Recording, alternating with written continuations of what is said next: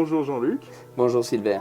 Alors, mardi soir au conseil municipal, les élus ont adopté une délibération qui concerne l'Ukraine. Est-ce que tu peux nous donner quelques éléments de contexte?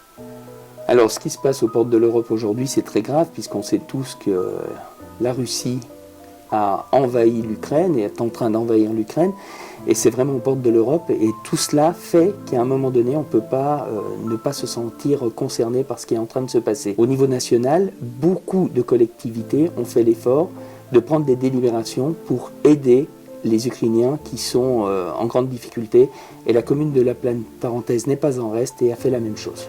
Et alors justement, est-ce que tu peux nous donner quelques détails sur cette aide que nous allons apporter aux Ukrainiens et qu'est-ce que tu attends des services de la commune?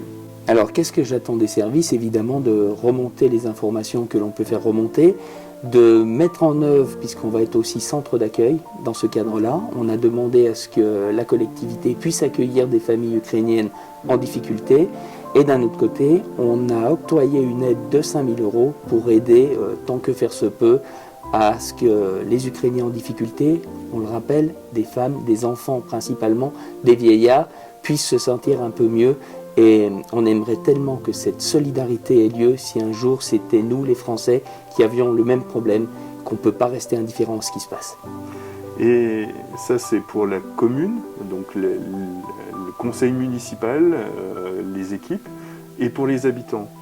Alors pour les habitants, on va leur demander bien entendu de faire ce qu'ils peuvent par rapport à leurs moyens, parce qu'il faut toujours rester dans la possibilité des moyens qui sont les leurs, d'aider aussi via des dons, via des achats de matières premières, de nourriture qui sont nécessaires et indispensables. Et il y a plusieurs structures qui s'occupent à collecter ces dons pour les redistribuer à 100% aux personnes qui en ont besoin. Souhaitons que ce conflit se termine le plus vite possible et on sera au rendez-vous et on répondra à tes attentes et à celles du conseil.